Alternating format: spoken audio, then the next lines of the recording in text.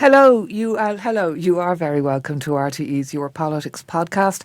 And with me in our Leinster House studio this Thursday evening, our trio of correspondents, Sorcha, Riada, Mícheál, Lehane and Paul Cunningham. And it's kind of same old all week, isn't it? Cost of living. Yeah. Sorcha, the look on your face. It's like you're just doing the same story over and over and over again. And when it comes down to it and when they make a decision on it, I don't think there are going to be any surprises from people, because we've heard the Taoiseach Leo Varadkar saying in the Dáil and the Taoiseach saying the same thing, that, you know, they would do something in terms of maybe an extra social welfare payment, maybe something on the fuel allowance, and we're expecting something on the VAT as well, on the excise duty, maybe an extra credit in terms of the electricity bill for people on middle incomes. So we're not expecting any surprises. So you wonder, why don't they just get on with it and make a decision? Put us all out of our misery. It is interesting, though, if you have a meeting as they are today, this is Thursday afternoon, that you would have a meeting today about something you want to announce on Tuesday. That's Thursday, Friday, Saturday, Sunday, Monday, Tuesday, 6 days. That's a long time for everyone to be mulling over this stuff. So I do wonder and agree with you, would it not be possible to short circuit this and just... You were saying earlier, Mícheál, it's a bit like, you know, this pattern we got used to when Leo Varadkar was Taoiseach in the early stages of the COVID pandemic. You know, like the letter would go from NEFA to the Cabinet subcommittee meeting and then from there to the Cabinet. So the whole decision-making process would be strung out over a number of days. Yeah, and I think as the pandemic went on then and the government took office, it did seem to work at a quicker pace. But this is definitely a return to some earlier type of approach. And it is curious because there did seem to be the lie of the land set out in some detail earlier on in the week. And now you reach a meeting today with senior ministers and party leaders that won't actually take decisions, which is strange. I suppose the big question, the one thing that we just haven't really figured out in all this, we know there is social protection, probably lump sum payments and allowances coming. There's something on child benefit. And the excise duty on petrol and diesel, that's going to be not come to a shuddering halt at the end of February. It's going to be tapered down, and legislation, a short finance bill, goes through the Dáil next week to achieve that. So then it all comes down to that energy credit. Is there another one in May? Is it €200? Could it be less than that? Or could there just be a signal that there's another one on the way, definitely in October? Yeah. And they've, you know, there's all those kind of headlines being spun out of, you know, whether, you know, the Greens being against that in May and they're wanting to hold fire for September and so on.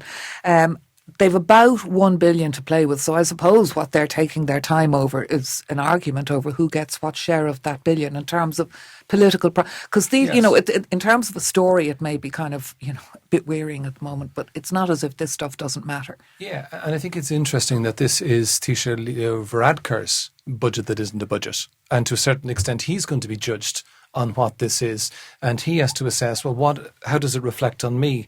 He's the person who was saying... Would he be like that? Would he weigh things up like that? But he's the person who was telling us, you know, what was going to be contained, and then he was telling the Fine Gael Parliamentary Party last night, which then obviously becomes public knowledge, that we needed to temper expectations. Yeah. So on the one hand, it was being built up as being something substantial, a real response to public concern. Then we're told to temper our expectations for another 6 days. That as well, doesn't he? The Taoiseach talking about inflation peaking and that has to be factored in. That was intriguing because he stopped. He didn't say, therefore we are going to. Yeah. He just sort of, it was like a comet. So zoomed that would all work going back to the original plan then on Tuesday. Lo and behold, it suddenly is $1 billion again, and all the things that were initially perhaps we thought were on the way will ultimately come. So, although what strikes me while all of this is going on, Sorcha, is like I notice in various WhatsApp groups and so on, all the messages at the moment are about the gas and the electricity bills coming in. I mean, people are getting enormous bills. So even with all the support that's been given, it's still a bit of a breathtaking. They want more help. Yeah, the bills are very hefty, but I think that they're in a difficult place now because they have been talking about it for so long, that there's an expectation out there that we are going to get another electricity credit, and if they don't come through with that, then that people will be very disappointed about it. So, like, talking about tempering expectations is kind of a bit like shutting the door after that. It's dual. Like there's a dual side to this. So I'm not a particularly good analogy. A double-edged thing, because on the one hand you're talking about we need to do more on the energy credit, and that's because we're hearing that from the energy companies that, well, we did buy an awful lot of energy in longer term, so it could be 18 to 24 months, as said by Electric Ireland, before the wholesale prices, which have gone down by 42%, will be reflected in the residential bills. So explain to me how the windfall tax on energy companies is going to play into all of this. So if it's a public company, they're going to recoup the money by dividend. If it is a private company, they're going to recoup it by a windfall tax. And what's interesting, we heard on the one hand, we had Electric Ireland explaining how there might be this long term before the prices come down, because once it does go down, it obviates the need for a dividend or windfall tax. But we also heard from ESB, who were trying to explain that windfall taxes weren't necessarily the silver bullet, because it could spook investors. And we need investors in the long term to ensure that we can make investments in things like the grid, to ensure that all of that offshore wind energy can come on. So you just had this sense that somehow it was quick for the price to go up. It's going to be very long for it to come down, if it comes down at all. And that puts the government on the hook to keep putting through these energy credits if we're all paying very high bills 4 months into next year even. Yeah, it does give those hundreds of millions, though, potentially, doesn't it, which weren't factored into the last budget. So it allows the government to make these kind of measures and to announce them along the way without throwing the overall sums out of kilter. Yeah, and get close to that billion and being able to say it's not a mini budget, it's just our excellent fiscal management. The other issue that's being discussed and starting this week, the Citizens' Assembly on drugs. Yeah, I think this was a big announcement from the government. It had been long promised. It was in the programme for government. It was something that the Green Party in particular was pushing for.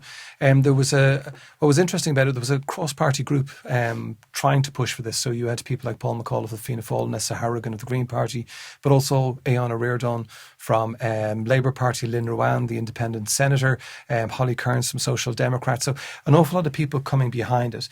And what they've been saying is that they don't want to get into what might happen after the Citizens' Assembly and the Oireachtas Committee and legislation.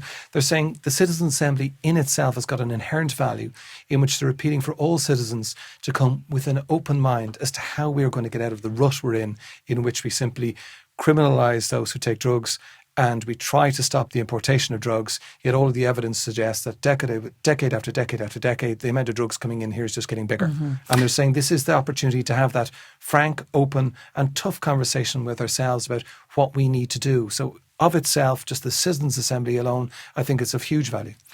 Yeah, and I noticed Justice Minister Simon Harris, he had some strong words in the Dáil today for people who use drugs recreationally and so on, and the way that they're feeding a criminal trade. But you know, it is this question, it's being debated across America, it's being debated across various European countries. I mean, there's been a lot, I was thinking about this today, you know, since, like I remember growing up, there was, you didn't know what heroin was. I remember, you know, various iterations of gangs and drugs and all the rest.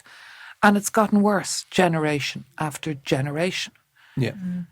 So despite all the very valiant efforts that have gone into and prohibition. the amount of money which has gone into it as well. And I think that I was talking to Gino Kenny of the People Before Profit just before coming down here, another person who was pushing for this, and he was saying, you know, we did have a heroin problem, or we still do. We've got 11,000 people on methadone. Methadone is supposed to be a temporary solution, but guess what? People are on it all the time. Once again, we need to try and think of, is there another way of being able to get out of this? And, you know, I'm 54 years old. The cannabis that was floating around when I was a teenager in my early 20s is completely different now. And yet at the same time, if you talk to rural TDs like Holly Kearns, she says it is everywhere and it's in all of the schools. So the dimensions to the problem have just got bigger, and yet the same solution, the failed solution, is still being applied. So I think this is a huge opportunity to step back and think, you know, what about the Portuguese model? Is that something that we could use? Or there's Canadian models, or there's German models. But once again, at least if we're actually having that frank, honest and tough decision or discussion with ourselves, then maybe we might be able to improve things. The other issue I want to talk about there was a rare show really of kind of emotion and cross-party feeling in the Dáil last night. Sorcha, I'll go to you on this, and the passing of the patient safety legislation. And of course there'd been a row about this before Christmas, the opposition saying after Vicky Phelan's death in November the legislation didn't go far enough. came back, went through the amendments last night. What politicians have been saying about this moment?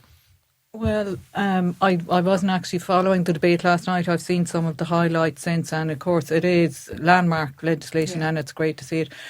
It's kind of, at the same time, when you see that what happened yesterday, you know, that awful court case with Colleen O'Scully and the information that they were trying to get out of the medical services about what happened with their child, you know, you wonder, well, is this legislation going to make it easier to get information like that?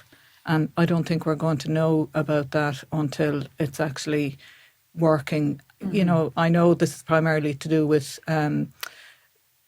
forcing with the health services making information available when they've carried out tests and so on, and that you'll have a right to have your information reviewed.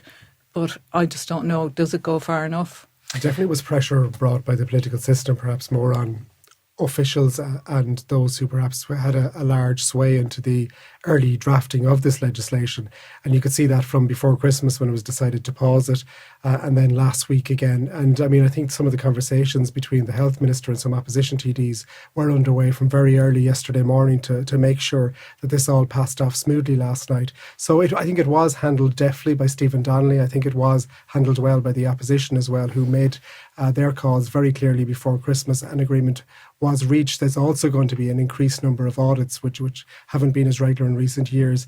That's all part of the agreement that was reached as well. I mean, it was very poignant as well. I mean, I thought it was interesting that, you know, Alan Kelly was talking about this was Vicky Phelan's legacy. Stephen Donnelly, the Minister for Health, was talking about the reason we're here is because of Vicky Phelan, and it was a landmark piece of legislation, but the point was Vicky Phelan wasn't there. And others who were also became ill and died as a result of it, and other women are continuing to struggle with it. And I think that was the great sadness. You know, yes, work had been done. Yes, it was done collaboratively. Yes, they'd got something over the line. The minister qualified it by saying implementation would be key. But the truth was it was Vicky Phelan's law, but only after Vicky Phelan had fought a brave fight and then died. And there was another, we spoke about it with Lorraine Walsh from 221 Plus, who was in the Dáil Gallery last night and watching all of this. And we spoke about it with her on Morning Ireland today. But, you know, it's one thing to change the law. But that point that Gabriel Scally made about the culture, and, you know, again, that's the question that arises in terms of, you know, the nursing home payments and the disability payments, whatever about the rights and wrongs of the law, which may be black and white, and that's the way the law works. Culturally, and, you know, the balance of the vulnerable against the state, these are still questions, aren't they? They keep coming back in politics. And what you did see here, though, was the political system would say standing up, which is very different to what you're hearing in relation to around the nursing home charges and the people in long-term residential care. Very different tone being struck there. And you would sense, given the signal and given it was a cross-party signal, that it could make a difference when it comes to making that information available to people, you would think. One other issue, of course, that was a talking point across politics this week was the departure of Nicola Sturgeon, and that follows on Denis Naughton here, of course, the former Fine Gael TD, former minister, now independent TD, saying he's going to be quitting politics. Nicola probably saw that instead of Denis is going. Denis is going, I'm gone. But it's that kind of trend, and also with the locals and the Europeans next year, and we've been hearing various stories, haven't we, about parties struggling to get candidates. And Brendan Griffin also going as well. I thought it was interesting. Towards the end of last year, you know, September, October, there was a lot of political parties had think-ins as they were getting back into it. And it was interesting. Went to them all, Pat. I did. Not that I wanted to. No greater service. But a lot of parties were aware of the pressures that politics has, particularly of social media. They had an awful lot of training courses involved, so they're keenly aware, partly because they experience it themselves, but keenly aware that people looking in from the outside are wondering, why would you do that? Like, why would you want to put yourself up to be pilloried night and day? Nicola Sturgeon talking about the bit that struck a chord with me about how difficult it was to go for a cup of coffee. You just couldn't do that because it was going to be a problem. And I think that is a real challenge for the body politic. And I think, you know, let's see what they come up with. But at the moment, it's just, as far as I can see, it gets more and more difficult. I think it's going to be very hard as well for parties to get, for all parties to get candidates to stand in the next election. Or even hold on to the people they've got. Yeah. Is that going to be a bigger problem? Was it last week or the week before we were talking about security issues and how difficult it's been for people, having to get extra money to put in extra securities in their clinics, not being able to go to a clinic on their own without having somebody along with them. It's very off-putting for people out there who don't know anything about politics. And what I find strange about it this time around, years ago, you would have seen the people who've been in politics a long time, the older people retiring. But now, the fact that it's the younger people who are saying, enough of this, I can't handle this anymore, and wanting to get out of there, I think that's very worrying. There's that sense of 50 as well, which Brian Hayes identified some years back, didn't he, as the age to get out. And Leo Varadkar once upon a time said he would be gone by 50 and then said, no, he wouldn't be gone by 50. But I think it does show that is the general feeling around here. Owen Murphy, Brendan Griffin. Will there be more, do you think? Yeah. Joe McHugh, the great five-a-side team of 2011, will there be any left at all, I mean, it's also like an international thing. François Hollande, the former French president, was on a podcast recently, and he was talking about how he went back to his own university. And in that university, it was a more business focused. And there was usually people who saw themselves as being the Elan, that they were going to be rising and possibly becoming a minister, if not president. That was the type of milieu he was in. And he said no one was going into politics. And they were looking at the job saying, on the left-hand side, private sector job, loads of money and happy days. On the right-hand side, a public job where you're pilloried and lashed. Why would you do it? Yeah. And it's amazing too that the politicians who went through those years of austerity in the kind of 2010 period onwards and say that was very difficult, but what's happening now is more difficult, is more intense. And of course that is as a result of the increased place of social media and the coarsening of debate online, which is feeding its way through to debate on the street as well. Yeah. So as bad and as difficult as things became for people and for those involved in public life a decade ago, it's worse now. Yeah, and actually interesting, that goes back to what Nicola Sturgeon was saying about the impact on families, which is something you hear politicians talking about a lot. Two other issues I want to talk about quickly before we go that seem to be bubbling around the place. Are we edging closer to a deal on the protocol? Is there something in the undergrowth? Dare we get our hopes up? Yes. Yeah, Oh, you were brave enough to say it. Yes, I think we are getting close to a deal. I think the mechanics, like the pathway is there. What we're now engaging in is the politics of it. How can it be arranged? How can it be sold? How can a deal achieve the result you want? For example, the institutions coming back up again. Nigel Dodds, the DUP MP, was saying that he felt that the DUP was more likely to be saying no now than ever before, that its position had hardened. So obviously we'll wait and see. But the mood music in the context of Brussels and London, of which Dublin is very close to those talks as well, this is a job that can be done. Up to Rishi Sunak to get this over the line with his own party then in the DUP, Sorcha? It looks like it, yeah. The UK papers were all reporting this past week that he's meeting with EU leaders this week, and they're saying that they've reached an accommodation about the jurisdiction of the European Court, that it could be the court of last resort in the north, and then this thing about the green channel and the red channel in terms of goods coming from the UK. And they're all expecting an announcement within the next 2 weeks. So all systems go.